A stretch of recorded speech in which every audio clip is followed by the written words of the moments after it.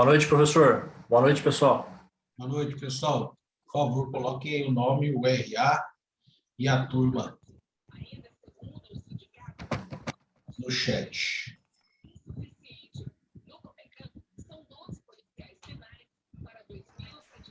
Professor, boa noite. Posso tirar uma dúvida que não é da matéria? Letícia. Nós recebemos no grupo de WhatsApp que o prefeito de Taubaté decretou alguns feriados semana que vem. Aí, como vai proceder a Unital em relação às aulas e ao seu laboratório? Ele já voltou atrás, né? O prefeito já voltou atrás. Tá bom. É que começou de São José, às vezes eu fico um pouco perdida nas notícias. O prefeito até tinha decretado aí um feriadão aí junto com a Páscoa, mas já voltou atrás já. Salvo me engano, ele revogou, né, professor? Ele revogou no sábado.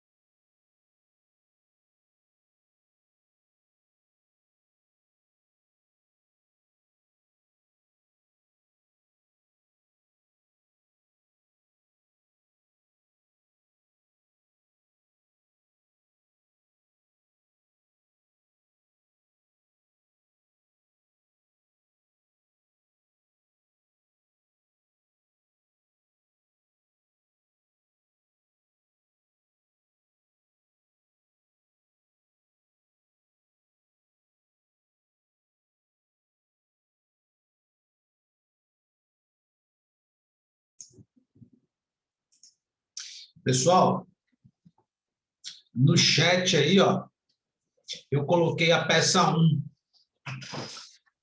porque eu não estou conseguindo juntar realmente no EVA. Tentei agora à tarde, não consegui, até porque para mim lá aparece que essa turma é presencial, talvez seja por isso.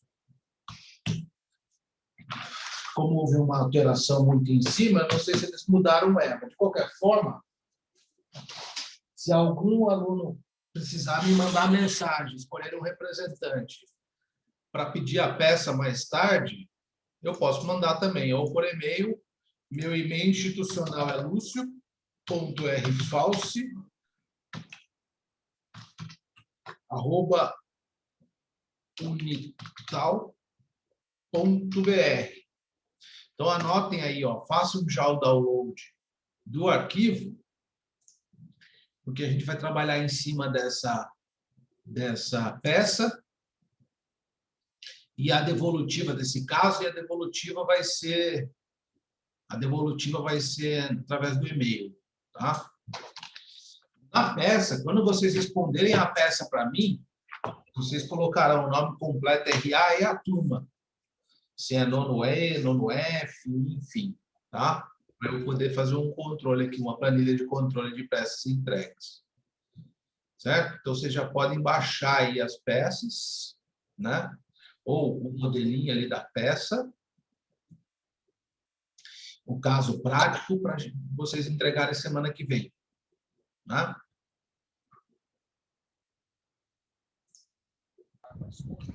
Essa peça está no chat, professor, já falou? Eu juntei agora aqui, para todos, em PDF. Eu não estou visualizando. Peça 1. Ninguém está achando?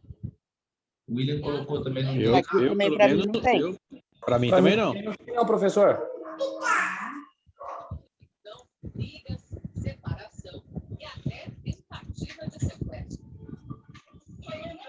Eu consegui abrir ela pelo chat.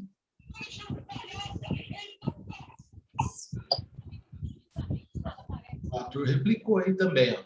Mandei no meu chat para facilitar. Não sei se ajudar aí. Se vocês quiserem, eu mando para o nome de algum aluno aí também, para o WhatsApp. Eu mandei no grupo do WhatsApp também. Ah, então tá ok.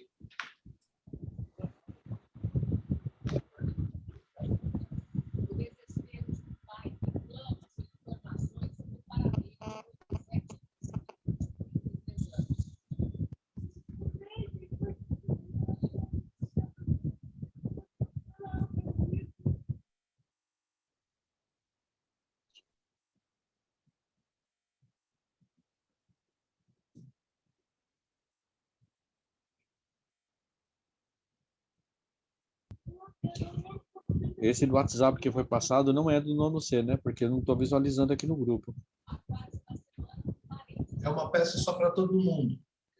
Sim. Ah, tá o Mas eu acho WhatsApp, que- né? Que eu acho que é outra turma. Para mim, Grupo pelo menos, você já está, Adalberto. não estou visualizando.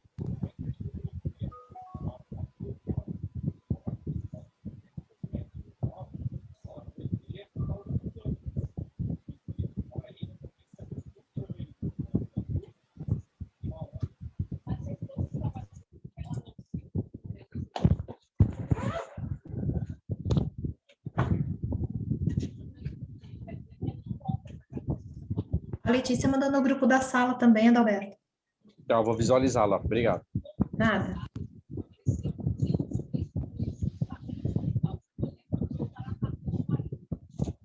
Pois não, Maria Tereza.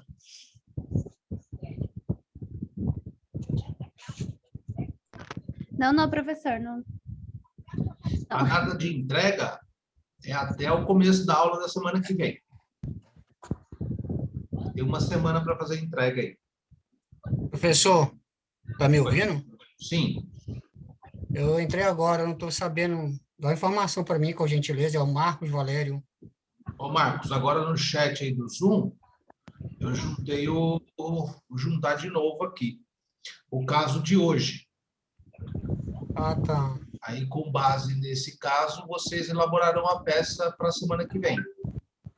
Aí você vai mandar no Eva para a gente? Meu EVA não está subindo o arquivo, porque no meu EVA está constando que essa turma é presencial, por isso que eu não estou conseguindo subir a atividade. Então, eu estou juntando no chat aí. Aí como é que eu faço para me entrar no chat? Vou juntar. O grupo vai mandar? Você está no grupo da turma? Ó, juntei de novo no chat aí, está aparecendo no chat. Tá bom. É para entregar no seu e-mail, professor? Por favor. Então, eu vou repetir meu e-mail aqui, ó. Tá bom, obrigada. Tá? Tá.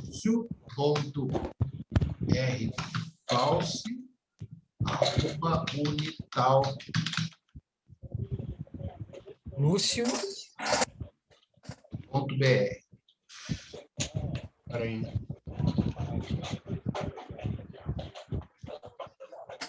Ó, tem um aluno pedindo para ser incluída no grupo de vocês.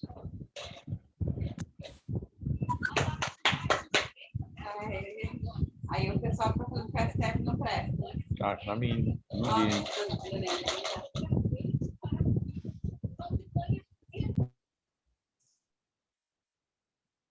Professor, a entrega é na próxima terça, o prazo até a terça, é isso? Isso, uma semana.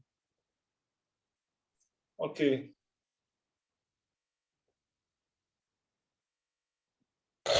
Desculpe pelo áudio, professor.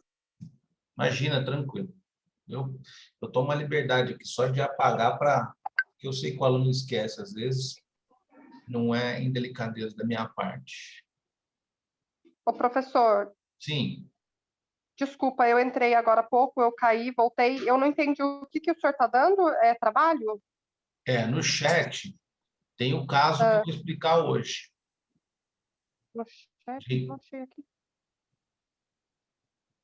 No Ô, bate-papo. professor, juntou as duas turmas? Juntou. É que como eu entrei agora, não aparece para mim no bate-papo, entendeu? Entendi. Você está no grupo do WhatsApp da turma? Não, eu não sei que grupo que é esse do pessoal. Eu vou mandar o link aqui, peraí. Tá.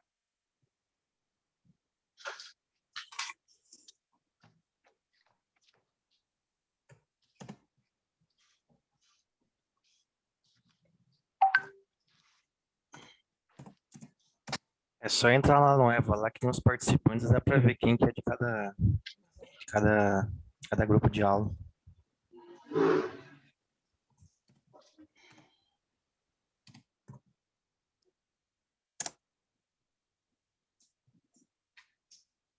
Tá aqui, professor. É Lúcio. Uma colega, a Débora, me encaminhou aqui. Obrigada, pessoal. Olha, vou repetir aqui, Lúcio, meu e-mail, tá? lúcio.r.unital.br.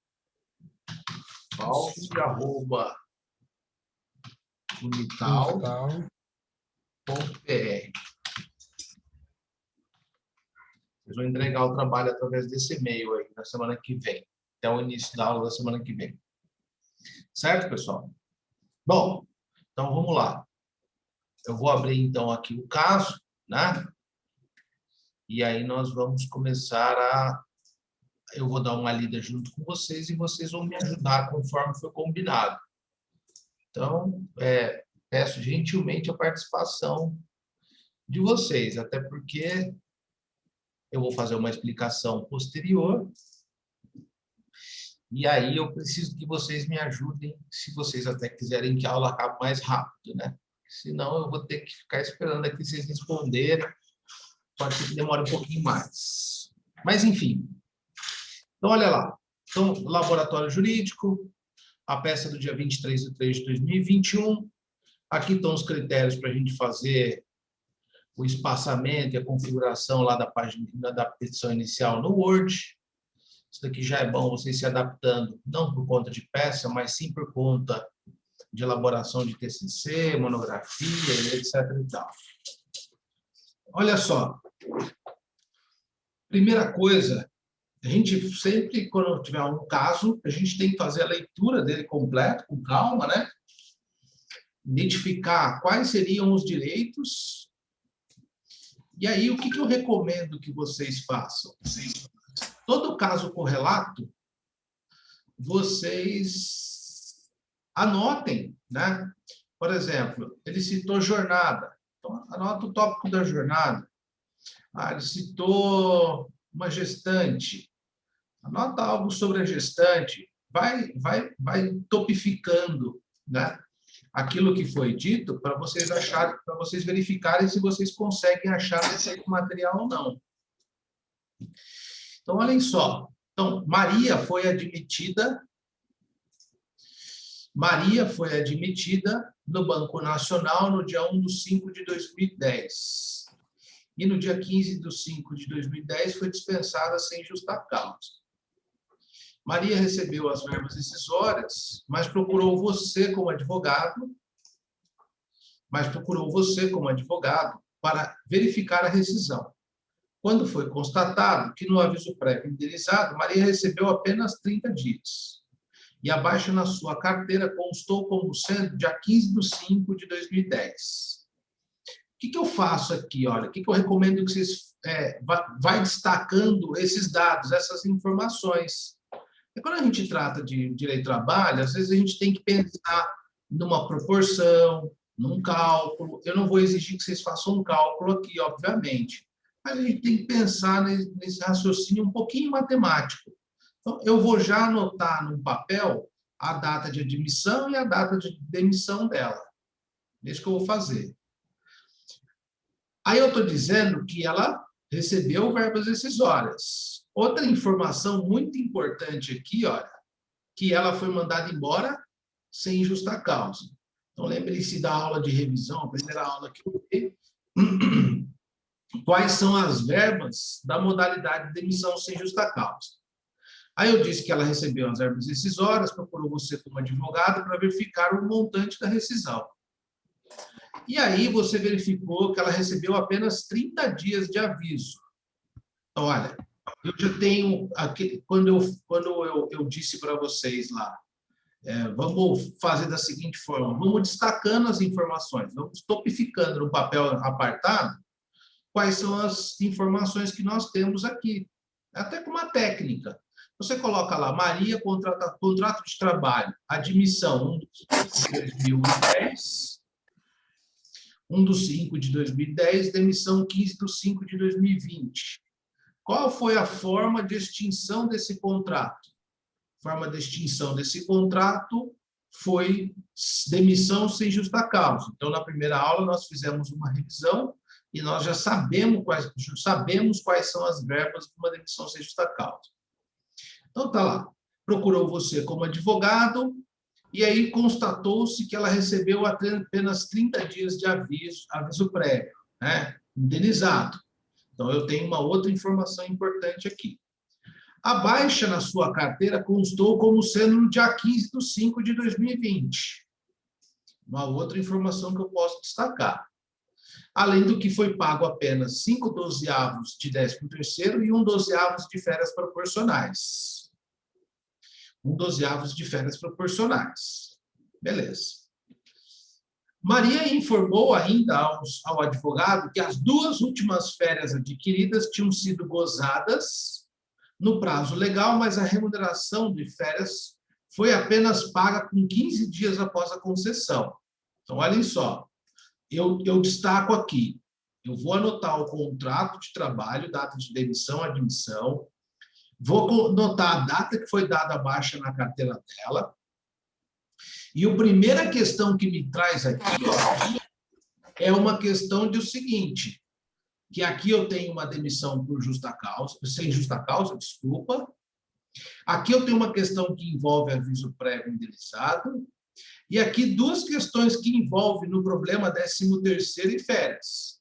Então, se o examinador, se o cara criou um problema, ou tem um caso prático em que ele cita isso, eu vou conferir se todas as rescisões se todas as verbas rescisórias foram pagas, e justamente naquilo que ele estava chamando a atenção, olha, que é o aviso prévio, indenizado, 13º e férias. No outro parágrafo, ele fala uma questão de férias. Ele fala que as férias foram gozadas, tá?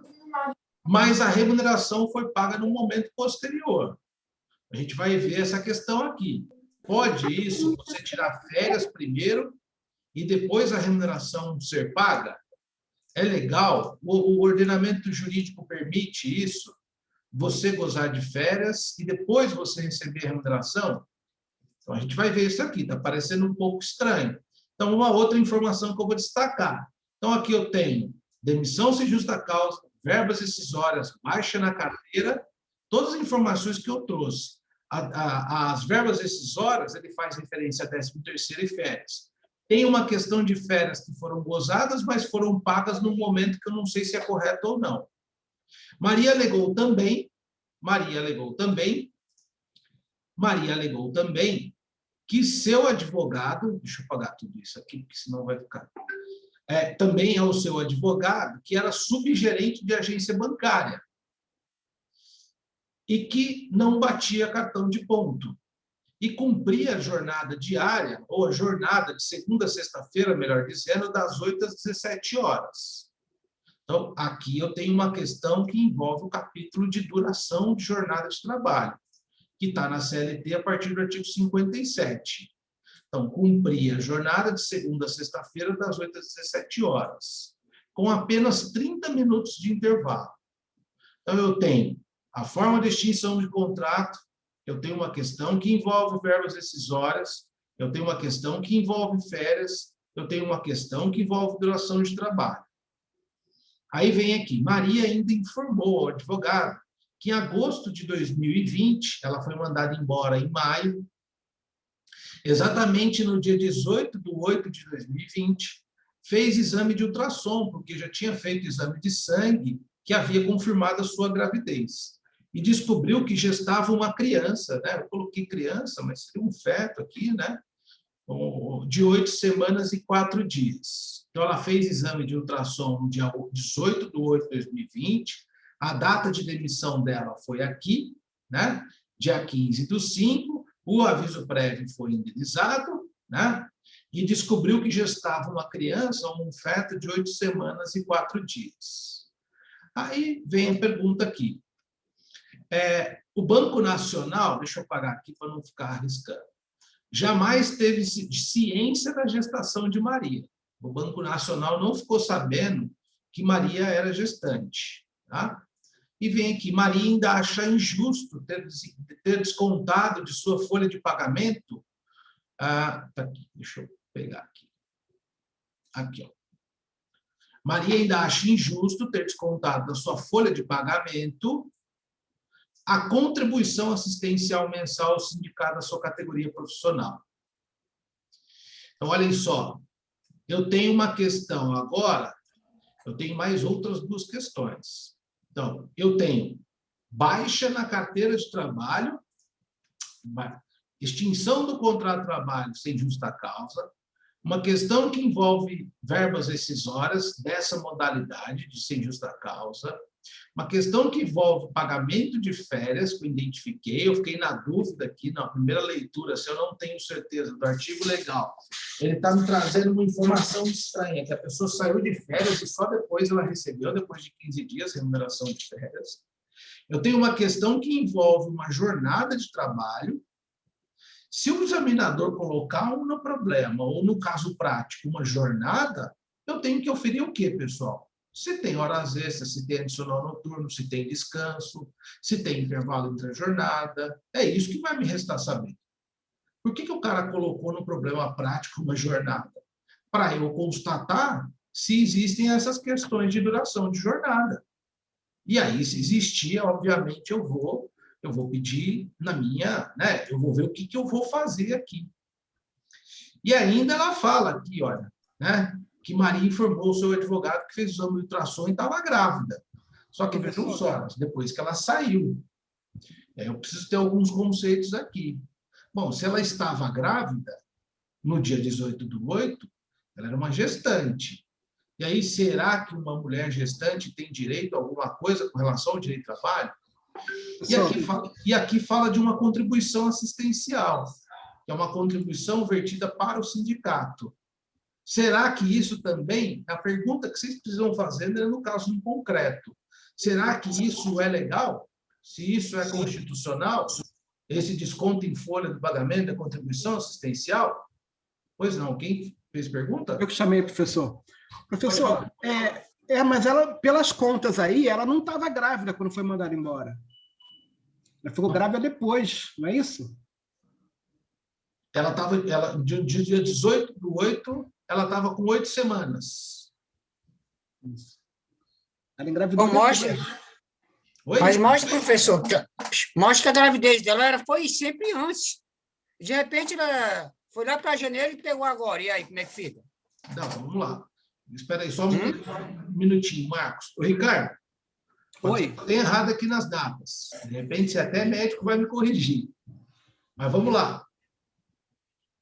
Dia 18/8, ela fez o exame de ultrassom. Ela tinha 8 semanas. Isso. Se eu contar 8 semanas para trás, vai cair que dia? 2 meses. 8 semanas dá 2 meses só, professor. Isso, 2 meses. Ela fez o exame... 2 meses, professor. Vamos lá. Ela fez o exame no dia 18. Vocês estão enxergando minha folhinha aqui? Não. Não? Tá, professor. Assim. Tá sim. Ó, ela fez o exame no dia 18. Certo? Vai dar dia 14 Dia 14 do 8, do 6. 14 do 6? 14 do 6. Ok. 14 do 6? Beleza. Agora, me responda uma coisa. E aí a gente já vai matando o problema. O reflexo cai sobre o aviso prévio. Exatamente. Quanto tempo de aviso ela tem? Aí, Indenizado. nesse caso, ela vai ter mais ou menos uns 90 dias. Ela tinha mais 10 anos de serviço. Então, olha só o que o Adalberto está falando. Que ela tem 90 dias. Será que é isso mesmo? Ela tem quantos anos de serviço? 10 anos? 10 anos e 15 dias. E 10 dias. 10 anos e 10 dias. 15 dias. Beleza. O aviso prévio proporcional são quantos dias? 3 dias por cada ano completo. 3 por cada ano. São Fora quantos? os 30 dias. 30 dias. Somado ao aviso prévio mínimo, são mais 60. 60. Projeta a data de demissão dela 60 dias para frente. Sim. Vai cair quando? 15/8. 15/7. 15/7. 15 de julho. Viu que a Não, 15/8. gravidez caiu lá dentro do contrato? Do aviso prévio indenizado? Porque, na verdade, a gente tem que analisar as outras coisas, né, professor? Antes de chegar em ver se tinha dado tempo ou não, né? É porque, na verdade, aqui eu chamo um detalhe, ó. Aqui tem duas, você mata a questão em 2 oportunidades. 3 oportunidades. Vejam só, ela foi mandada embora no dia 15/5 de 2020. A informação do caso é que ela foi mandada embora sem justa causa. Demissão sem justa causa, o empregador vai escolher se vai conceder o aviso de forma indenizada para essa trabalhadora ou se for trabalhado. Só que trabalhado, a norma técnica do Ministério do Trabalho diz o seguinte: mesmo que ele seja trabalhado, ele só vai poder trabalhar os 30 dias. O restante do proporcional tem que ser indenizado. Mas aqui, para não fazer confusão, eu disse no caso aqui, ó, que o aviso é indenizado. Então, eu tenho que fazer o seguinte: bom, se o aviso é indenizado e ela foi mandada embora sem justa causa, eu tenho que partir do raciocínio do Adalberto. Então, se ela for mandada embora 15/5 de 2020 e o aviso é indenizado, o proporcional mais o mínimo dá 60 dias, eu projeto para todos os efeitos legais essa demissão. Então, eu vou projetar para o dia 15/7 de 2020. Então, na verdade, ó, eu coloco propositadamente aqui, olha só, outra coisa que eu coloco aqui, ó. E a baixa na carteira constou 15/5 de 2020. Também está errado. Vocês vão fazer uma pesquisa no livro de súmulas do TST, que eu ensinei a baixar lá, ó. Vocês vão fazer uma pesquisa no livro de súmulas, o que diz, em especial, vou dar uma lambuja, uma OJ do TST, sobre a baixa na carteira. Vocês vão ver o que diz uma OJ do TST sobre a baixa na carteira. A baixa na carteira é a data da demissão ou a data da demissão com a projeção do aviso? E outra, vocês... Bom, não vou, ó, vocês estão vindo aqui, ó, vem aqui livro de súmulas, baixa em PDF, Ctrl F e coloca, baixa na carteira, baixa na CTPS, e vai pesquisando para fazer o caso em concreto. Ok? Mas vamos voltar aqui no meu exemplo. Então, olha, Ricardo, solucionou a questão aí? Solucionou, mas eu tenho só mais uma outra dúvida, professor. Pode falar. Quando a gente fala de gravidez, a gente vai pedir para reintegrar ela aos quadros da empresa, correto? Aí ela tem que devolver as verbas rescisórias? Não necessariamente. E vejam só, veja só. É uma excelente pergunta, tá, Ricardo? Mas eu vou entrar nesse detalhe, que aí eu só vou terminar aqui o raciocínio. Então, olha só. Na hora que eu informei que foi dia 15/5 de 2020, eu já informei que foi sem justa causa e ficou o aviso prévio aqui indenizado para a Maria. Só que ela só recebeu 30 dias. E nós já calculamos que o aviso dela não é 30, é 60. Já tem algo que está faltando aqui para a Maria. Ela recebeu uma parte da rescisão errada. Porque o aviso prévio proporcional era 30 e ela só era 60. O proporcional com o mínimo era 60, ela só recebeu 30. A baixa na carteira foi dia 15/2, sem considerar a projeção do aviso. Dica, tem o MOJ do TST que fala sobre isso. E até porque, pessoal, o contrato se extingue ao final do aviso, não quando eu comunico o empregado da demissão. O contrato se extingue ao final do aviso. E aí eu vou complementando. Além do que foi pago apenas 5 dozeavos de 13º e 1 dozeavos de férias. Vamos separar essa parte. E aqui a grande dúvida que surgiu era com relação à gravidez. A grande dúvida que surgiu era com relação à gravidez. Aí o Ricardo perguntou, professor, mas ela ficou grávida fora do contrato. Não, não foi isso. Porque considerando a projeção do aviso e eu contando 8 semanas para trás do dia 18, a gravidez foi dentro do aviso indenizado. Tem um artigo da CLT que trata justamente disso. É a fundamentação do pedido. A fundamentação do pedido é o artigo que está na CLT. Para dizer, olha, a gravidez ocorreu dentro do aviso prévio indenizado, portanto, ela tem direito à estabilidade. Vocês têm que fundamentar e criar o raciocínio e colocar na peça para mim. Mas aí o Ricardo pergunta o seguinte, ele faz a seguinte pergunta. Professor, se ela for reintegrada, ela vai ter que devolver o valor da rescisão? Veja só, aí eu preciso separar as coisas. Ela teve ciência no dia 18/8 que ela foi mandada embora, que ela estava grávida. Ela já tinha feito o exame de sangue antes, mas vamos considerar isso. Vamos imaginar que é no dia 18/8 de 2020 ela ficou ciente da sua gravidez. Quando ela fez o ultrassom e contou semanas para trás, ela foi no advogado, o cara contou a semaninha na folha, falou, opa, deu dentro do aviso prévio, então, portanto, eu vou pedir estabilidade para ela. Aí o Ricardo está coberto de razão na primeira colocação que ele faz. Professor, eu só posso pedir a reintegração. Qual o fundamento legal disso? Eu vou dizer a vocês não vão ter nem o trabalho de procurar. Vocês só vão ter o trabalho de procurar a questão do aviso que está na CLT. O fundamento está no artigo 10 da ADCT, Ato de Disposições Transitórias. Tem uma linha e um inciso que fala disso. E ele fala que há um impedimento de dispensar o trabalhador, a trabalhadora gestante, e se há um impedimento de dispensar a trabalhadora gestante, cabe a reintegração. Cabe a reintegração. Então, olha só o que a norma fala, e o Ricardo está correto. Então, você vai pedir a reintegração. Então, eu vou ajuizar uma ação. A confirmação da gravidez foi lá no mês 7, alguma coisa desse sentido, foi lá no mês 6, desculpa, e eu vou ajuizar uma ação para pedir reintegração. Quando ela for chegando em juízo, imaginemos que numa primeira audiência, ela estava de 6 meses de gravidez, o juiz manda reintegrá-la. Porque, veja só, Ricardo, até ela descobrir a gravidez, até ela ajuizar uma ação, até marcar audiência, já se comeu-se um tempo.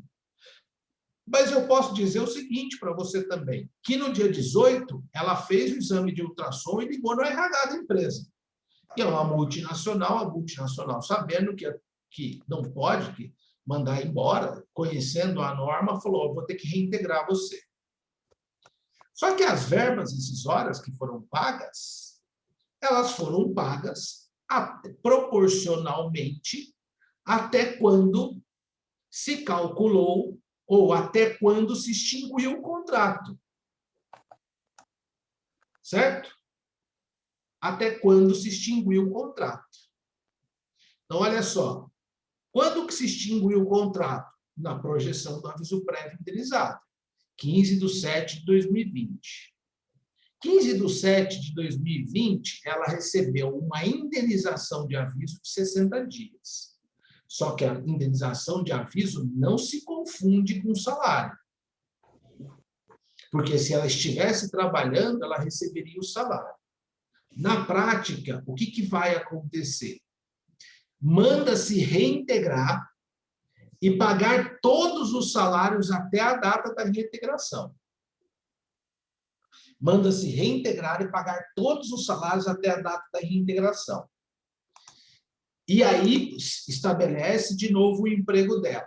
Se porventura, passado a extinção do contrato, se porventura extinto o contrato de trabalho depois do período de estabilidade, aí vão se pagar as verbas rescisórias, computando o novo período a partir da admissão dela, da readmissão, ou do período de estabilidade.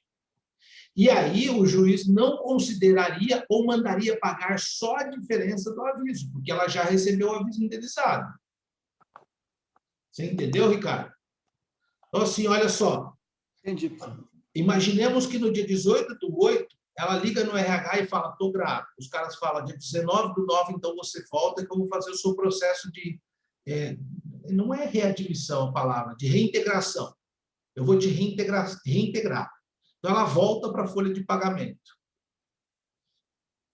Sim, na prática, se fosse uma condenação judicial, o que o juiz faria? Olha, você vai pagar os salários dela do dia 15/5 até o dia 18/8, porque ela deveria estar trabalhando e não está trabalhando. Mas aí você poderia perguntar para mim, professor, mas ela já recebeu o aviso prévio indenizado. Ficaria injusto. O empregador pode guardar isso como crédito e descontar numa eventual rescisão futura dela. Pode descontar lá.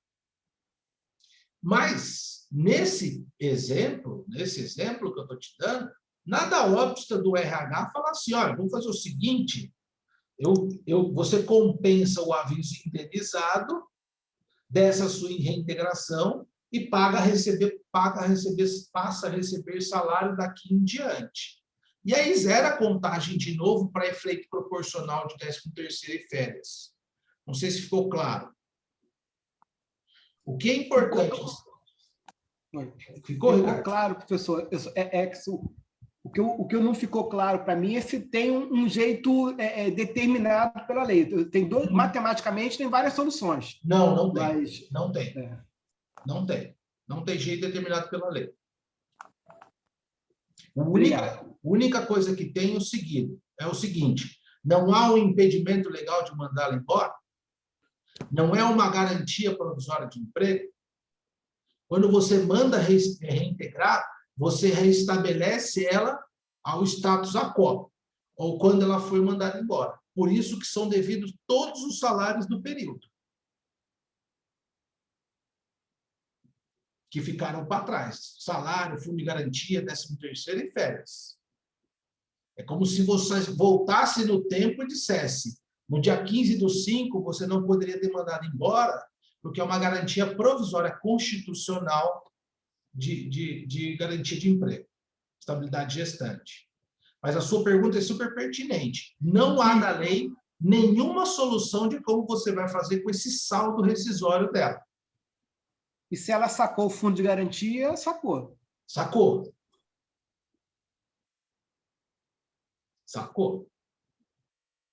E aí o empregador começaria a computar tudo de novo. E aí tem RH que fala que vai acreditar, vai compensar e vai descontar de salário. Aí fórmulas matemáticas tem um monte. O que você não pode é deixar o empregado sem salário. Eu te paguei tanto, vou descontar tudo, eu te zero a conta até você me pagar a conta da rescisão e depois você volta a receber lá na frente. Que aí perderia o sentido da proteção. Professor, o professor não assinou a demissão de contrato, então vai zerar e fazer outro contrato, professor, não é isso? Na verdade, reintegra. Ela não perde o período do contrato de trabalho. Tá ótimo.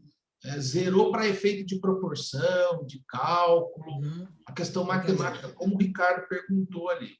Agora, o que é importante que eu diga a vocês é o seguinte, vocês podem pesquisar, e isso é de suma importância, mas de suma importância. Se você ajuiza ação dentro do período estabilizatório, ou seja, qual é o período do artigo 10 da DCT? Ele fala, é garantia de estabilidade gestante da confirmação da gravidez até 5 meses após o parto. Da confirmação da gravidez até 5 meses após o parto. É óbvio que aqui, olha, o obstetra, alguém, vai dar uma data prevista lá, o ultrassom, ele sai lá, data prevista do nascimento. Mas você não tem essa data certa ainda. Você só vai ter com a certidão de nascimento. Aqui você tem uma projeção, e nem por isso essa mulher deixa de estar guarnecida ou resguardada com o seu direito. Se você reivindica esse direito enquanto ela ainda está no período estabilizatório, você tem que pedir em inicial a reintegração e a indenização dos salários não pagos até a data da reintegração. Então, olhem só, vamos dizer que eu ajuizei a ação no dia 18/8/2020. Essa informação vocês não têm no caso, então não se preocupem com isso. Mas eu preciso que vocês façam um pedido certo, que eu estou ensinando aqui. Estou dando uma lambuja para vocês. A lei fala que tem que reintegrar. Esse é o pedido correto. Só que imaginemos que ela entrou com essa ação no dia 18/8/2020. E não por culpa dela e nem do empregador, demorou 4 meses para marcar uma audiência. E a gente foi parar lá 9, 10, 11, 18/12/2020. Chegou nessa audiência, o juiz deu a sentença na hora. Falou, olha, tem que reintegrar ela, porque você pediu a reintegração. Só que você só pediu a reintegração. E os salários de agosto de 2020 ou de maio de 2020 até dezembro, ela não poderia ser mandada embora neste período. E o 13º desse período, e o fundo de garantia, e as férias, ficou com quem? Então, você tem que pedir assim, requer se ela estiver dentro do período da estabilidade. E tem 2 súmulas no TST que tratam dessa matéria. Então, citem a súmula, se for o caso, na redação de vocês da petição inicial. Então, o que a súmula diz? O que a regra diz, a jurisprudência diz? Quando você pede reintegração. Se ela estiver no período de estabilidade, ou seja, dentro dos 5 meses após o parto, você pede reintegração. E pede também os salários vencidos até a data da reintegração. Só que vejam só, se ela estivesse trabalhando bonitinha, se ela não tivesse sido mandada embora, porque essa dispensa foi ilícita, foi irregular, né? Essa dispensa foi ilícita, ela foi irregular. Se ela tivesse sido trabalhando, ela teria, do mês 5 até o mês 6, 1/12. Do quê? De 13º e férias. Cada mês que passa, ela adquire 1/12. Tanto é que ao final do ano, um ano completo, é um inteiro, certo? Então, mês 5 para o mês 6, 1/12. Mês 6 para o mês 7, 2/12. Mês 7 para o mês 8, 3/12. Mês 8 para o mês 9, 4/12. E assim sucessivamente até o mês 12. Se ela estivesse trabalhando, ela teria esse 1/12 por mês para efeito de férias, 13º, né? E 8% sobre o salário de cada mês do fundo de garantia. Então, portanto, como eu não sei a data da audiência e eu não sei nem quanto vai ser essa reintegração, eu falo assim, excelência, venho requerer, muito bem colocado pelo Ricardo, venho requerer a reintegração e o pagamento dos salários vencidos. Porque os vincendos, depois que ela for admitida, ela vai trabalhar e vai receber, ou ela vai estar de licença maternidade e vai receber. Então, os vincendos não me interessam, porque ela já foi reintegrada. Agora, os vencidos me interessam. Então, requeiro a reintegração, o pagamento dos salários vencidos, 13º proporcional, férias proporcional e fundo de garantia com o fundo de garantia do período estabilizatório. Ponto final. Agora, imaginemos Porque se o trabalhador tem 2 anos para ajuizar uma ação, a Maria, ela poderia ajuizar essa ação aqui, olha, e aí outra novidade do aviso prévio. Até para efeito de prazo prescricional, conta-se a projeção do aviso prévio. Então, a demissão dela vai parar lá no dia 15/7/2020. Ela pode entrar com essa ação até o dia 15/7/2022, a prescrição bienal. E da bienal, eu conto 5 anos para trás, que é a prescrição quinquenal. Então, vejam só, o aviso prévio também impacta no prazo prescricional. Então, se ela foi mandada embora no dia 15/5/2020 e tem 60 dias de aviso, foi parar no dia 15/7/2020, a ação pode ser proposta até 15/7/2022. Só que vocês hão de concordar comigo, não falando em número de semanas, mas vamos colocar uma regrinha aqui geral. 9 meses de gestação mais 5 meses de estabilidade. Lembrem-se, 5 meses após a confirmação da gravidez. Desde a confirmação da gravidez até 5 meses após a confirmação de gravidez. Eu tenho 9 mais 5, a grosso modo falando, tenho 14 meses de estabilidade.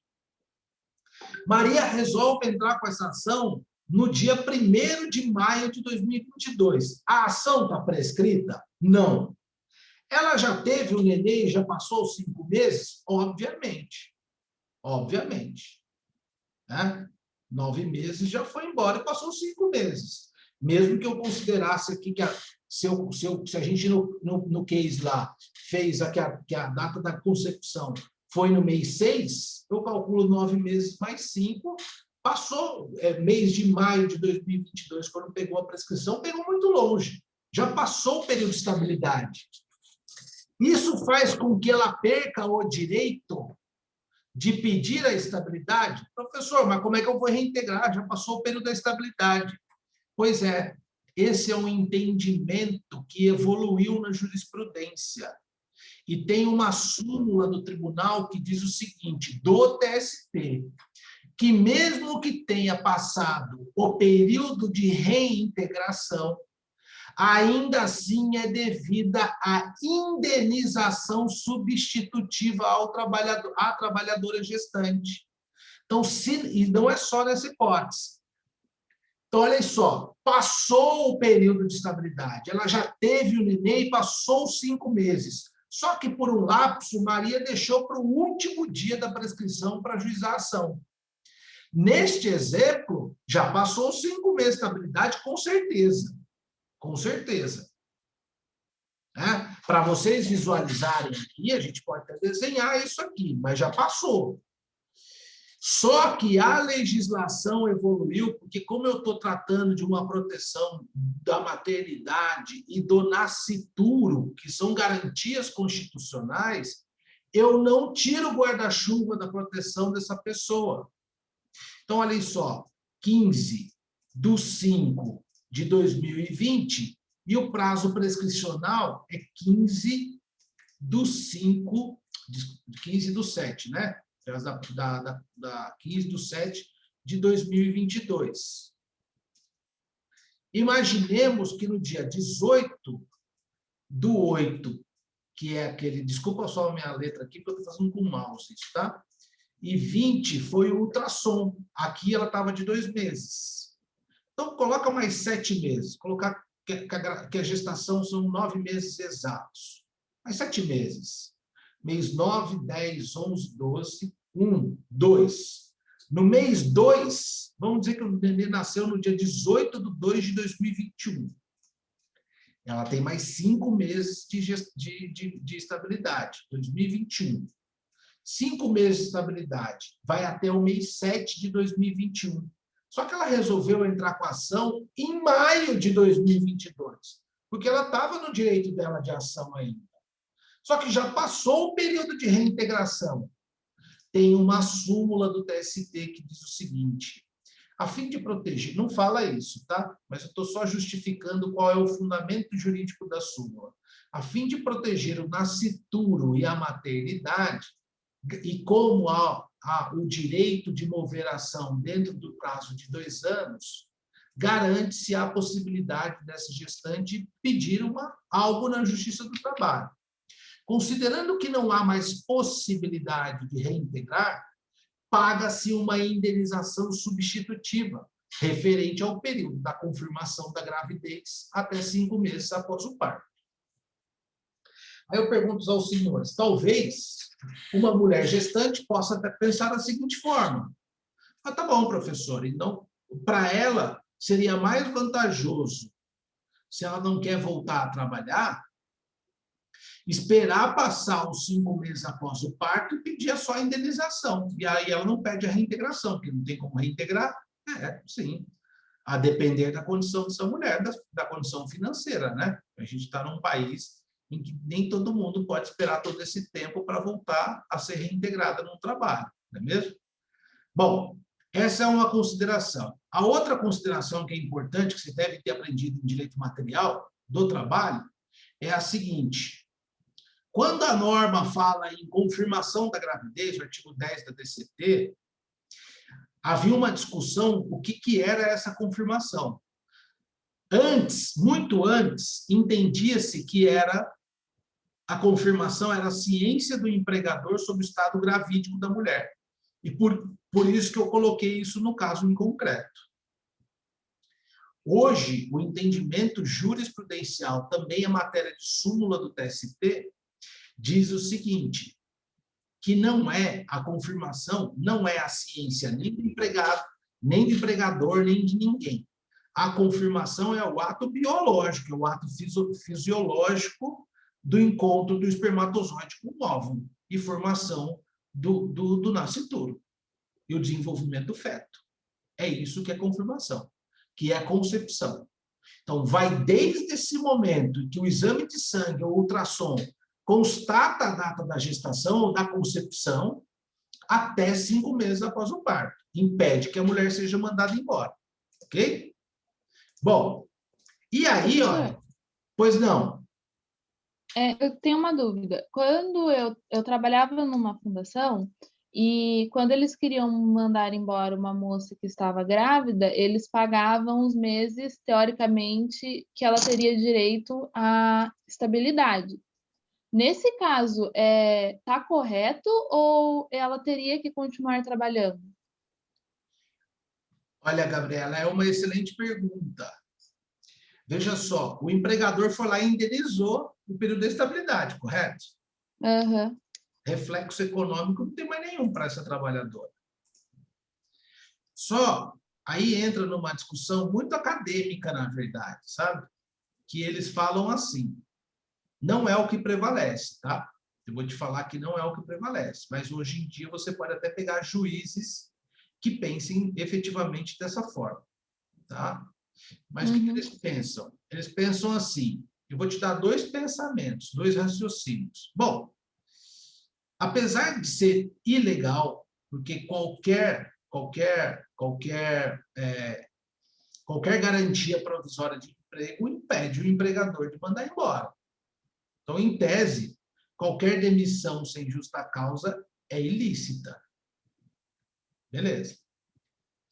Só que, em contrapartida, o empregador já indenizou esse trabalhador. Ela ficaria sem objeto de pedido, ela não tem o que pedir na justiça. Eu já te paguei tudo. Você tem 14 meses de estabilidade? Eu paguei tudo. Só que tem uma corrente com base em direitos fundamentais, que é o que não prevalece muito. Pode ser que esse entendimento ainda venha a prevalecer no futuro, que diz o seguinte: a intenção da norma não foi de indenizar o trabalhador, e sim de manter ele no emprego. Tanto é que a norma não fala em indenização substitutiva. Quem criou esse mecanismo foi a jurisprudência. De maneira que, se eu entrar no judiciário e pedir indenização substitutiva direta, tem juiz que vai me dar indeferimento da minha petição inicial, se não for naquele caso que já passou o período da estabilidade. Porque a norma fala em reintegração. E aí eu poderia criar o seguinte raciocínio. Ora, se a norma fala em reintegração, É porque ela quer que o trabalhador continue na relação de emprego. Não é relevante o dinheiro, é relevante a relação de emprego. Porque através da relação de emprego, você mantém a sua dignidade, a sua cidadania, você tem o seu sustento. Então, portanto, mandaria reintegrar, com base em proteção constitucional, direitos fundamentais, mandaria reintegrar essa trabalhadora. Só que aí gera um problema enorme, que é a pergunta do Ricardo. Professor, e matematicamente, às vezes, os juízes acabam que não entram numa dessa, mesmo eu tendo uma visão constitucional de uma proteção maior, por que eu, juiz, acabo não entrando nessa tese e mandando reintegrar? Porque essa trabalhadora, de qualquer forma, vai ter que devolver esse dinheiro em algum momento.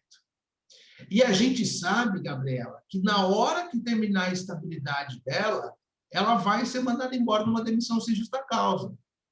Então, a coisa vai ficar meio inócua. Você vai receber uma bolada, lá na frente não vai receber nada, assim, entendeu? Isso se o RH não começar a descontar. E meio que mistura com o problema matemático do Ricardo ali. E depois que acabou a sua estabilidade, você está na rua. Então, assim, o juiz vai pensar assim, pô, eu acho errado você indenizar? Eu acho. Mas se eu indenizar a trabalhadora os 14 meses de estabilidade, depois mandar reintegrar, beleza, a empresa indenizou e eu mandei reintegrar, quando acabar o período de estabilidade, eles vão mandar ela embora de qualquer forma. Então, é meio que chover no molhado, sabe? Uhum. Então, assim, não é o correto, mas na prática, a gente não vê esses pedidos dando muito certo. Depois que indenizar tudo, pedir reintegração. Aí não dá muito certo. Bom, voltando aqui, já esclarecendo, então, eu já avisei para vocês que tem súmula e OJ a respeito dessa questão da estabilidade. É necessário eu verificar aqui no parágrafo 2º essa proporção aqui, minha gente. Essa proporção. E aí, ó, eu não lembro se vocês lembram do direito material lá também, tem uma outra dica aqui de férias. Eu falei férias adquiridas. As duas últimas. Né? Então, eu não sei como é que vocês têm lá, que se vocês lembram, no nosso caso prático, ela foi mandada embora dia 15/5, certo? E pagou 5/12 de 13º proporcional. De que ano? 2020, obviamente, né? Porque essa obrigação só venceu em 2020. 5/12. A gente falou tanto de projeção de aviso, né? Será que está certo essa fração, essa razão? Será que a projeção do aviso não impacta em nada aqui? 1/12 de férias. Por que 1/12, professor? Ora, 1/12, quer ver? 1/5 de 2010. Então, ela vai ter lá, 1/5 de 2010, ela tem assim, ó. Qual que é o período aquisitivo dela? 1/5 de 2010 até... Não é assim? Abril tem 31, janeiro, fevereiro, março, abril, 30, né? 30/4 de 2011. Primeiro período aquisitivo. Se vocês quiserem ir longe, vai até 1/5 de 2011 até 30/4 de 2012. Segundo período aquisitivo. Os dois últimos períodos aquisitivos, antes de 2020, já que ela começou em 1/5, vai ser mais ou menos 1/5 de 2000. Vai ser 30/4, desculpa, 30/4 de 2018 até 1/5 de 2019. 2019, vamos ver se é isso mesmo. E vai ser... Não. É o inverso, né? É o inverso, desculpa. Agora me deu bugou aqui, calma aí. 1/5 de 2018 até 30/4 de 2019. Não sei por que ficou ali. 30/4 de 2019.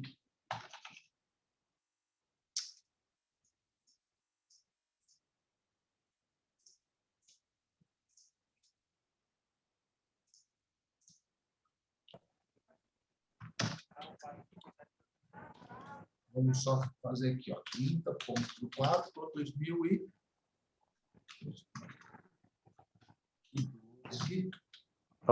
Os dois últimos é isso mesmo, senhor.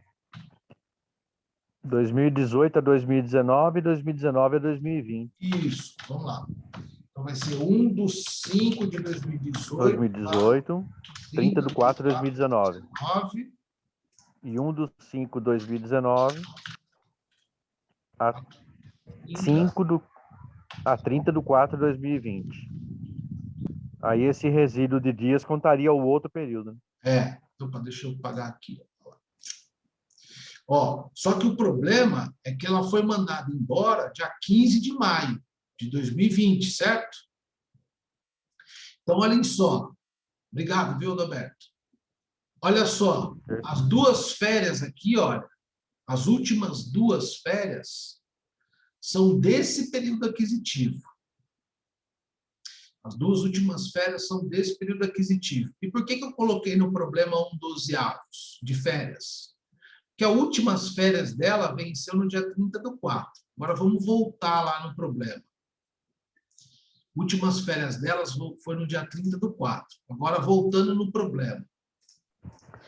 15/5 ela foi mandada embora. Quantos meses tem do dia, ou qual a fração do dia 30/4 para o dia 15/5? Então, os últimos 2 períodos foi 17, 18 e 18 e 19. Não tem como ela ter tirado esses dias, essas últimas férias, antes de vencer o período aquisitivo. Mas olha só. Aí, do dia 30/4 de 2020 até o 15/5 de 2020, eu tenho 15 dias. Aí, por isso que eu considerei 1/12. Isso é uma pegadinha. Porque eu não sei se vocês sabem ou não, e devem ter aprendido isso, para todos os efeitos, eu sempre considero um mês, uma razão, um mês que é igual ou superior a 15. Então, olhem só, aqui ela tem 1/12, porque as últimas férias delas venceram no dia 30/4 de 2020 e já começou umas férias proporcionais de 1/12. Só que aí eu não considerei o aviso prévio indenizado. Se eu considerar o aviso prévio, eu tenho mais 60 dias. Portanto, eu tenho mais 3/12 de férias proporcionais. Certo? E no que tange às férias, aqui nesse parágrafo, eu estou tratando de uma regra que também tem súmula. E vocês vão precisar procurar essa súmula. Tem 2 artigos da CLT e tem súmula. Tem um artigo que fala quando as férias têm que ser remuneradas e existe uma súmula do TST que diz qual a pena que o empregador tem quando não remunera essas férias no prazo legal. Então, vocês vão colocar isso lá, certo? Bom, aqui, olha, uma outra questão. Maria falou que era subgerente e trabalhava das 8 às 17 horas. Quantas horas trabalhadas por dia ela tinha?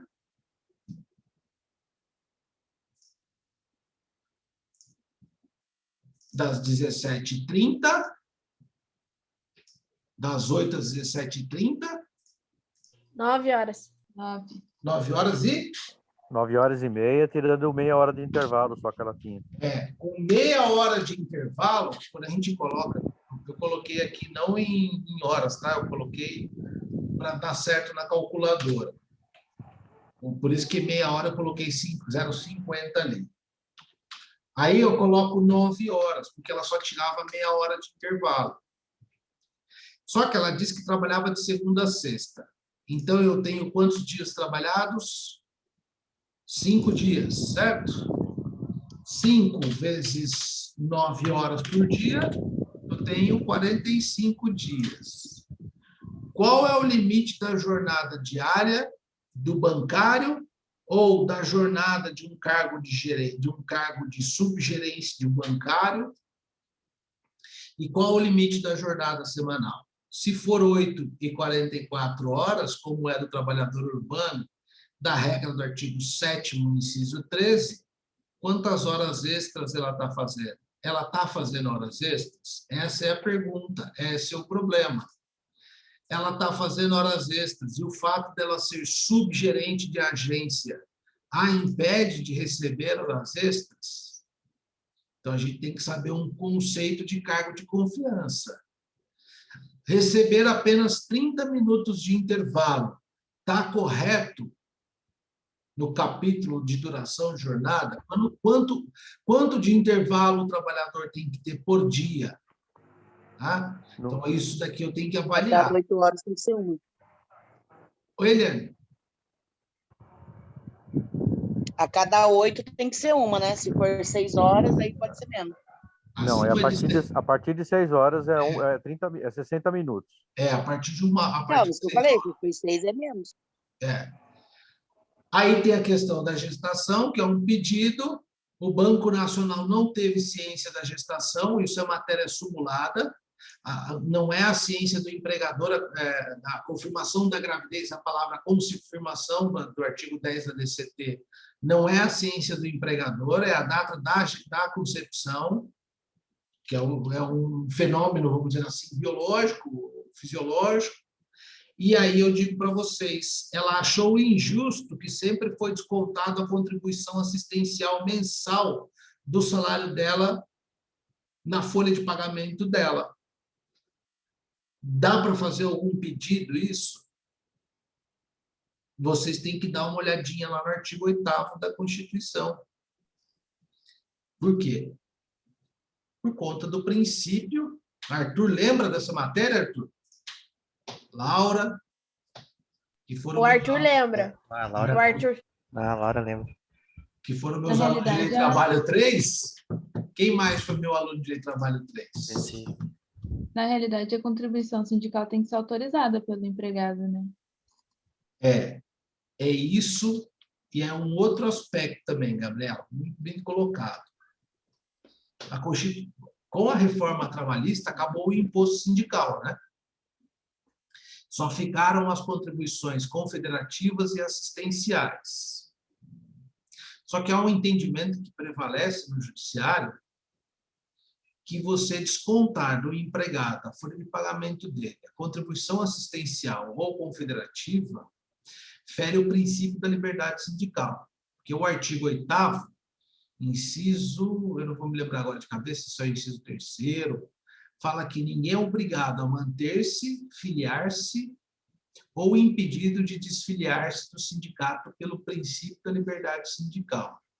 A maioria dos juristas entende que o desconto em folha de pagamento ele fere o princípio da liberdade sindical, na perspectiva subjetiva do trabalhador, dele querer-se, de manter-se filiado, de filiar-se ou de não filiar-se. Tá? O contraponto dessa tese, isso é importante, que pode cair isso para vocês fazerem uma contestação. E vejam só que engraçado, à medida que o empregador desconta da folha de pagamento a contribuição assistencial, não fica para o empregador, vai para o cofre do sindicato. Só que numa reclamação trabalhista, quem é condenado é o empregador.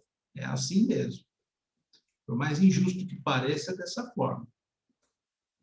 Só que qual é o contraponto? Qual é a tese? Qual o argumento de defesa se caísse um problema para vocês defenderem isso?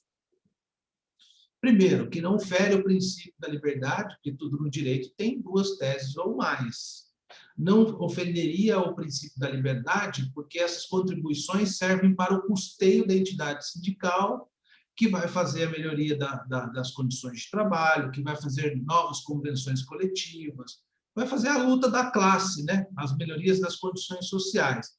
E sem custeio não tem como ela garantir essa melhoria. Então, seria um fundamento jurídico e um fundamento constitucional que está no artigo 7º também. Segundo, as convenções coletivas que trazem cláusula de confederativa e cláusula assistencial de contribuição sindical, elas dão o direito à oposição do trabalhador. E esse direito tem que ser cumprido num determinado prazo. Se o empregado não cumpre ou não exerce esse direito de oposição, que a gente chama de opositor, ele automaticamente estaria aceitando essa contribuição. Então, nós temos duas teses. Uma tese a favor do empregado, sobre o princípio da liberdade sindical, e uma outra tese aí a favor do empregador. Então, vocês podem pedir, coloquei no caso, obviamente, porque eu quero que vocês defendam uma tese, porque se o examinador de OAB colocar isso, ele provavelmente quer que você faça esse pedido lá, e quer que você fundamente o pedido. Eu já até tenho fundamento aqui. Agora, só para a gente encerrar, e para não sei se vocês querem ficar aqui até o amanhecer, até uma meia-noite, né, Laura? Que a aula está muito boa. Laura gosta. Mas eu vou mostrar aqui para vocês o seguinte: só uma estrutura de uma petição inicial, pode ser minha aqui, enfim, alguma coisa nesse sentido, só algo que eu acho importante aqui. Como eu faço? Professora, seu modelo é o mais correto, é o melhor? Não, não é isso. Adalberto, pode perguntar. Antes de só entrar nessa petição, deixa eu só tirar uma dúvida. Ainda na questão das férias. A gente tinha colocado aqueles 2 períodos aquisitivos. 2019, 2018, 19 e 19, 20. Só que ela foi demitida pouco depois do fim do período. Isso. Então ela não pode, não tem como ela ter gozado das férias antes do fim do período aquisitivo. Não tem. Então, se ela, na rescisão dela, teoricamente, essas férias desse último período tem que estar constando, porque ela não tirou. Ou ela foi mandada embora no período das férias. Exatamente, não tem. Não tem como realmente. O que a gente pode considerar aí é o período aquisitivo 17, 18 e 18 e 19. Não tem como mesmo. Mas é só para fundamentar com relação à remuneração que eu quero. Sim. Imaginemos que essas férias foram adiantadas por conta da Covid. Mesmo assim, não daria certo. Porque a MP diz que tem que ser pago até em 45 dias depois. Também não daria certo. Sim. Mas foi bem observado. Mas é só para pegar o caso em concreto em si. Só para pegar o pedido do pagamento correto. Quando que é a data do pagamento? Só para chamar a atenção disso. Mas você está coberto de razão. Na rescisão teria que ser pago umas férias inteiras e uma proporcionais. E a proporcionais. Exatamente. Está coberto de razão. Então, pessoal, como é que faz? Eu coloco o endereçamento. Vejam só, eu coloco o senhor doutor juiz federal, porque a Justiça do Trabalho ele é um juiz federal, da MM, eu não sei qual vara que vai cair, vara do trabalho da jurisdição de Taubaté, porque é a expressão que a CLT costuma usar, jurisdição. Então, eu coloco o senhor juiz federal da MM, vara do trabalho. Aí aqui tem a qualificação civil, é somação plurima, né? Tem várias pessoas no polo ativo. Aqui no polo, aí eu coloco reclamação trabalhista. Nesse caso em si, eu pedi antecipação de tutela com arresto, geralmente não tem. Então, tira isso, coloca reclamação, ação trabalhista, enfim, qualquer coisa, em face da reclamada, CNPJ e endereço, né? Se houver grupo econômico, eu coloco na qualificação solidariamente. Se houver responsabilidade subsidiária, eu coloco subsidiariamente. Aí aqui, olha, no caso de vocês, não vai ter tutela de arresto nem tutela antecipada aqui, tá? Então, eu vou pular isso daqui. E aí, vejam só, eu coloco do contrato de trabalho. Quando eu coloco do contrato de trabalho, o que eu coloco? A data de admissão, a data de demissão, o valor do salário, a função que a pessoa exercia. E aí eu já passo, tá vendo? A data, é que aqui são vários reclamantes. O valor do salário, qual a função, quando foi mandado embora, sem justa causa. E aí eu começo os itens aqui, né? Então, grupo econômico. E aí uma técnica que eu gosto de utilizar, não é obrigatório o aluno fazer isso, não é obrigatório nem fazer neste formato. Nem fazer neste formato. Eu separo por temas. Tem gente, por exemplo, que vem aqui e coloca 2 fatos. Narra o contrato, copia lá o case e coloca. Vamos dizer que eu fui lá, dei um Ctrl+C no caso inteiro e coloquei 2 fatos e copiei lá. Está errado? Não está errado. Eu não gosto de fazer dessa forma. eu já gosto de apresentar o fato e ir fundamentando. Então, eu coloco lá, grupo econômico. Aí eu estou alegando que as empresas têm um grupo econômico. Aí eu venho, na mesma causa de pedido, isso é causa de pedido, onde eu vou apresentar o fundamento jurídico e o fundamento fático. O que eu quero de vocês é que vocês efetivamente me apontem qual é o fundamento jurídico. Tá? Eu já expliquei isso na primeira aula. O examinador de ordem ele é muito mais rigoroso que o juiz de trabalho. A gente tem que pensar nisso porque isso é uma real. Então, aqui eu coloco, eu narro a historinha sobre grupo e aqui eu coloco, requer o reconhecimento do grupo. Percebam que eu faço isso na causa de pedir e eu repito isso no pedido. Eu fui criando assim, dessa forma, enfim, para mim ficou mais fácil. O primeiro item do meu pedido, do meu rol de pedidos, eu falo da tutela de arresto, tutela antecipada, reconhecimento do grupo econômico. Se eu for voltar lá no item 4, aí eu vou voltar aqui, olha. Eu vou voltar aqui, ó. Aí eu falo da responsabilidade subsidiária. Aí eu conto tudo sobre responsabilidade subsidiária. Na própria causa de pedir, eu falo, requer sejam as reclamadas condenadas de forma subsidiária. Aí eu falo dos salários não quitados, ó, não pagou os salários. Eu nem apresento fundamento, para não ficar perdendo tempo. Requer a condenação das reclamadas nos salários de dezembro. Eu faço o pedido na causa de pedir e no pedido lá embaixo. O ticket, refeição e cesta básica. Eu estou fundamentando com base na convenção coletiva. E aí eu faço o pedido aqui na causa de pedir e lá embaixo no pedido. O piso da categoria, demissão sem justa causa e multas. Então, eu narro que eles foram mandados embora sem justa causa, se a empresa quebrou e etc. e tal. E peço as verbas rescisórias aqui, peço as multas aqui e repito ao final. E assim sucessivamente. Eu sempre coloco aqui, ó, dano moral porque não pagou as verbas rescisórias.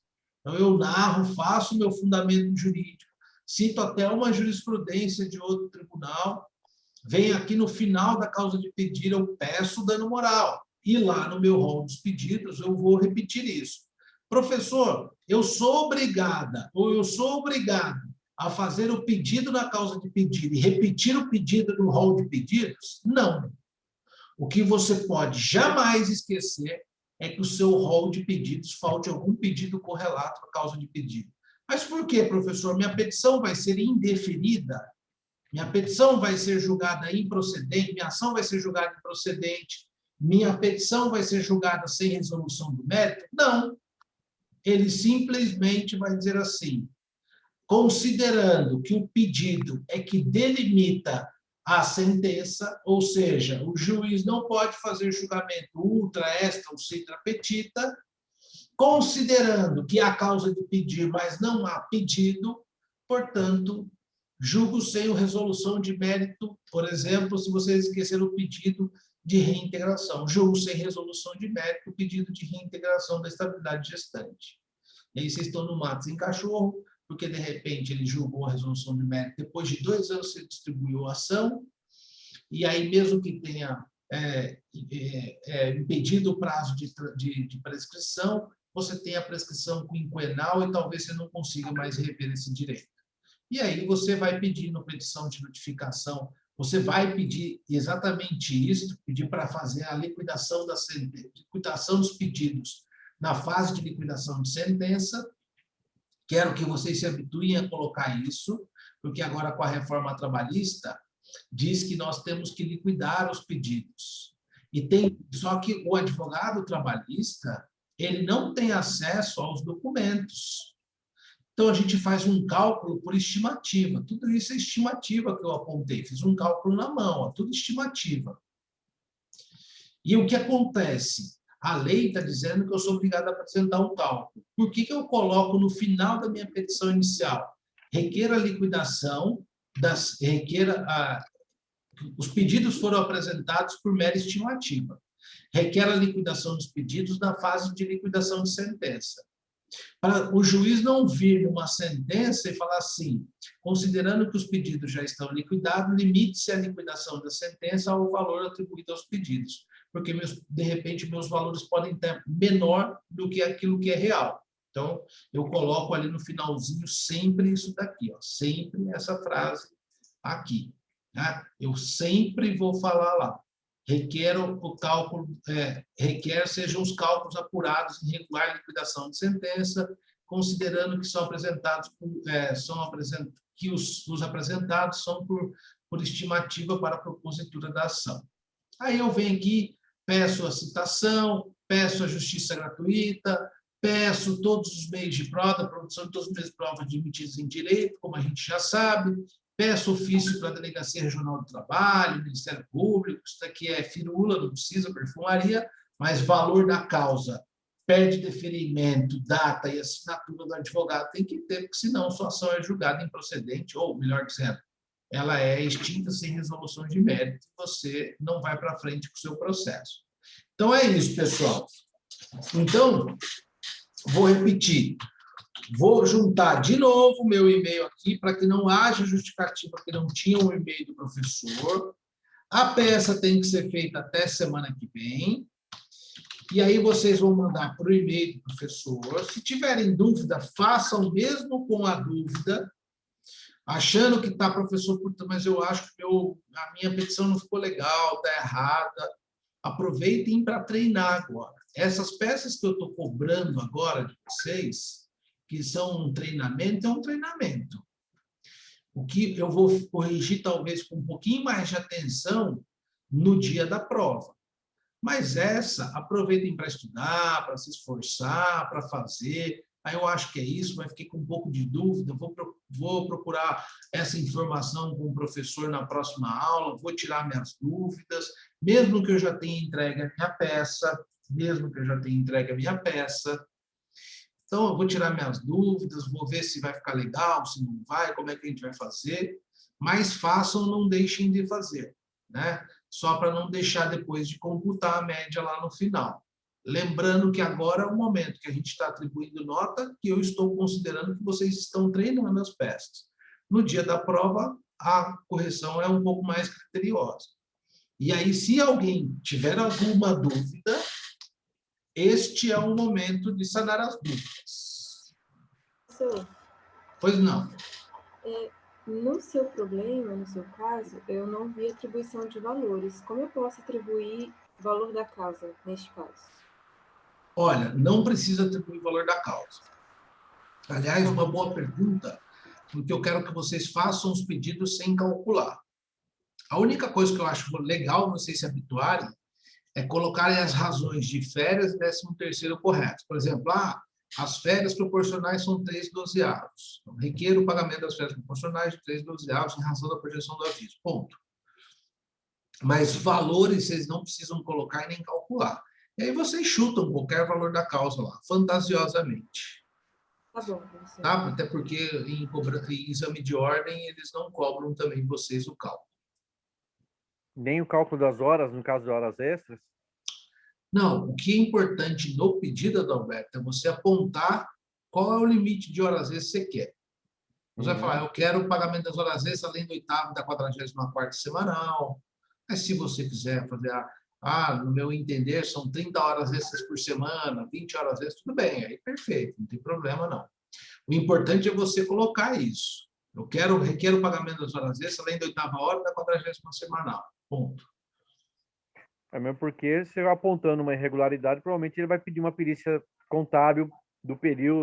Porque aí, só para vocês entenderem, imaginemos que fosse um processo real.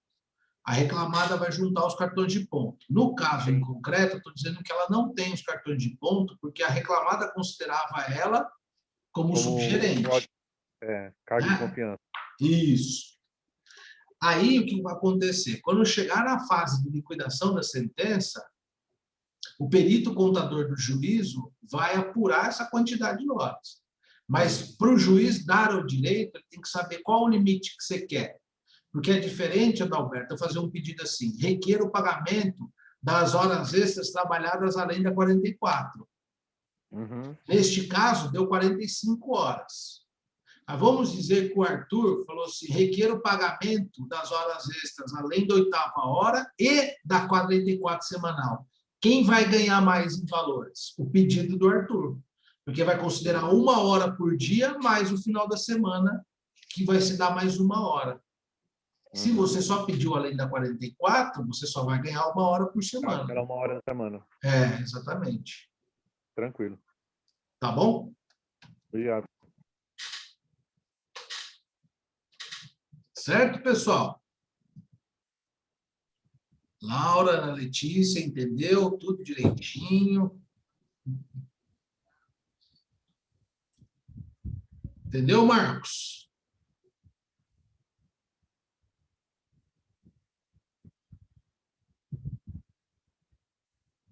Seu microfone está fechado, Marcos. Continua fechado seu microfone.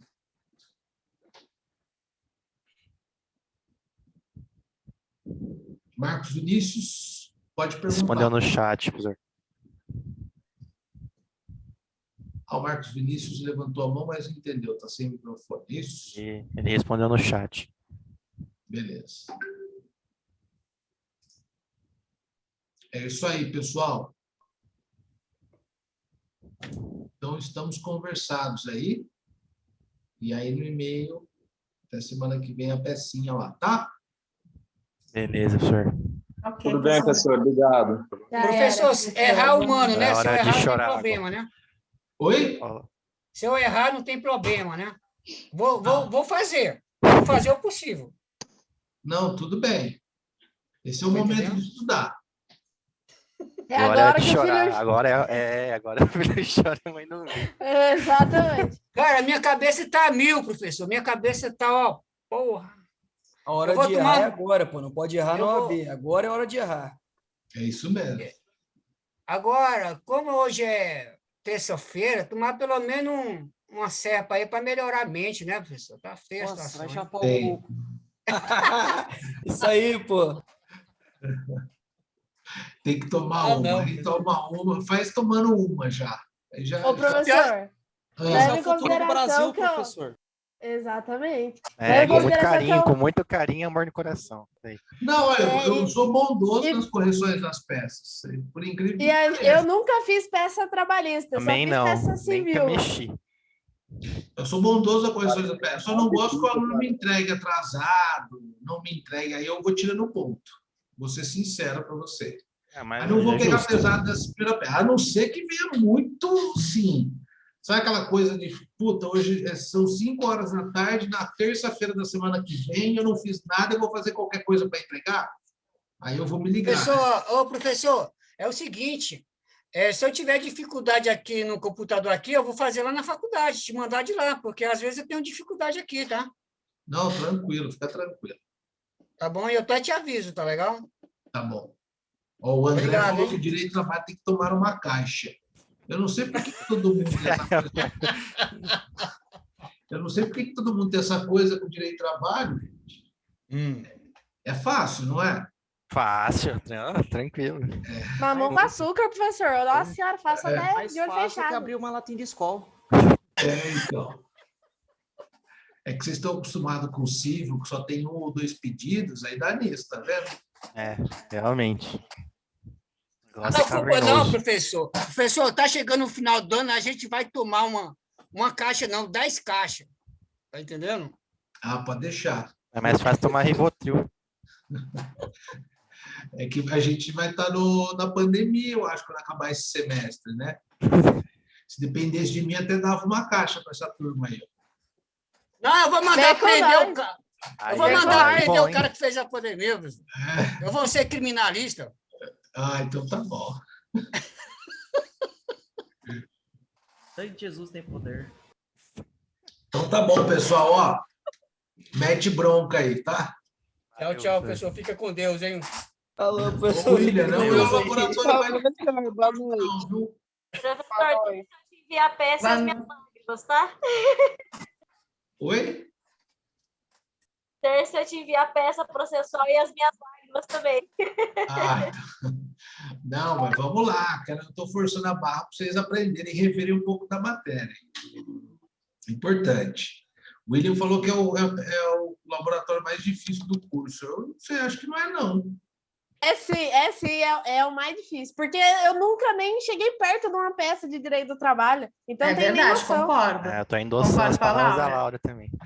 Enquanto a professora, a Alessandra lá pediu para a gente fazer a peça no máximo em 3 folhas, essa daí, pelo jeito, vai umas 15, Vai fazer né? uma tese. Mas a Alessandra de direito de trabalho também não dá, né? É o Sandro que dá direito de trabalho, não é? Direito civil. Ela dá direito civil. Mas ela limitava as folhas. Tinha que fazer no máximo em 3 folhas, E no fazer máximo. se virar no giraia para fazer. Que o negócio era... Tá vendo? Mas vocês vão tirar de letra, fiquem tranquilos. Preocupa não que eu pego esse diploma, professora. É isso aí. Eu pego ele. A esperança tem que sempre estar existindo. Mas a intenção é que vocês esforcem um pouco o raciocínio para aprender, para ver o direito de trabalho de outra forma. Quem sabe vocês todos não são meus colegas de fórum, tá vendo? Né, Arthur? Claro. Tudo concorrendo comigo, a clientela aqui em Taubaté, tá vendo? O professor, posso tirar uma dúvida com o senhor do meu pai? Pode. A cobra é consulta. A consulta jurídica aí. Ó, professor, depois eu pago um churrasco pro senhor. Tá gravado, hein? Professor, assim, a situação do meu pai é funcionário público da prefeitura. Chegou uma notícia lá, ouvidos dele, do advogado próprio da prefeitura, que os contratados dos anos 80 para cá vai sair de ser contratado, vai ser passar para a CLT. E não estão pagando previdência do pessoal desse ano. Eles são obrigados a pagar, né? Desse ano para cá, de 80 para cá, no caso, quando fazia a mudança de contratado para CLT. Não, mas eles eram pelo qual regime na década de 80? Senhor? Eles eram por concurso público na década de 80? Isso. Era regime estatutário. Isso mesmo. Eles eram regime estatutário? Isso, professor. E agora querem transformar eles do regime geral da Previdência Social, não é isso? Isso. É, professor, mas na verdade porque eles não prestaram concurso, na verdade, entendeu? Eles foram contratados em regime estatutário. Aí, como meu pai, como advogado lá da prefeitura, do setor onde meu pai trabalha, não soube informar, ele sobrou para mim, né? O filho faz advogado. Não, mas professor, tira uma dúvida minha aqui. Para efeito de aposentadoria, não vai dar prejuízo para o seu pai. Ô, professor, qual o nome da petição inicial, hein? Para colocar na peça? Reclamação trabalhista. Execução? Hã? Reclamação trabalhista. Reclamação, né? Petição inicial. Tá. Professor, mas nesse trâmite eles têm que pagar tudo, né? Todos os direitos deles.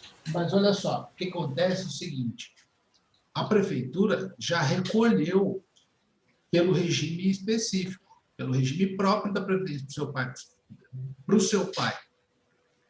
Que nós temos 2 tipos de regime. O regime da CLT, que é o regime geral de Previdência Social, e no caso do Estatuto, por exemplo, como ele é funcionário do município, é regime próprio de aposentadoria do próprio município. Se transformar ele em regime geral da Previdência Social, vai computar os 2 períodos para efeito de aposentadoria. Porque a prefeitura recolheu previdência para o regime próprio desde a década de 80. Então, se a preocupação dele é a aposentadoria, ele não vai ficar prejudicado. Eu acho que está prejudicado já, porque meu pai era para aposentar esse ano, falaram que tem mais 2 anos de pedágio por conta disso. Aí por conta do tempo de contribuição, né? Mas 80, 90, 2000, 2010, é estranho isso, viu? Tá muito estranho. A prefeitura sempre foi gambiarrada, professor, agora só piorou. Não, o que tem que fazer, tem que procurar uma assessoria para poder fazer um cálculo do tempo de contribuição dele. Ele já fez, professor, já procurou um amigo dele, aí era para aposentar esse ano, no caso, né, pelos cálculos do meu pai. Mas aí, pelos cálculos do assessor, falou que tem mais 2 anos de pedágio, aí lascou o homem, tadinho. Não, tá estranho isso, precisava sentar com calma e ver os cálculos aí, porque se ele começou desde 80, já passou de 35 anos de contribuição antes da reforma da Previdência. Precisava ver com calma. Professor, vou arrumar ele como cliente do senhor. Tá ok. Obrigado, professor. Um abraço. Fiquem com Deus aí, tá bom? Obrigado, professor. Tchau. Qualquer coisa, tem alguns alunos que têm o meu zap, ou mandem as dúvidas por e-mail da Unital, que eu tento responder. Professor, eu não sei o seu zap. Manda no e-mail lá que eu te mando. Boa noite. Tchau, tchau. Eu ando tomando muito álcool, professor. Estou lascado. Eu tô percebendo. Mas tranquilo. Um abraço para vocês. Boa noite, professor. Até mais. Tchau, tchau.